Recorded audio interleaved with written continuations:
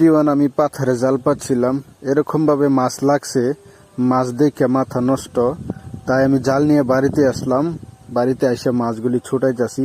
আপনারা দেখেন কিরকম ভাবে জালো মাছ লাগে, আমি 1 মিনিটে দেখাই নিতেছি।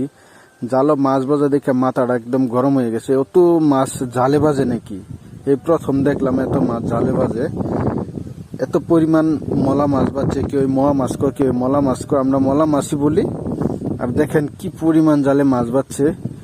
আর মাছগুলো এরকম সুন্দর, এরকম সাইজের মলা মাছ, খুবই দেখতেও ভালো, খাওয়া তো খুব সুস্বাদু মাছগুলি। আর আমি মাছগুলি ছোটাই আপনার ঘরে দেখাইতেছি। আর মাছগুলির সাইজ আমি দেখাইবো অবশ্যই।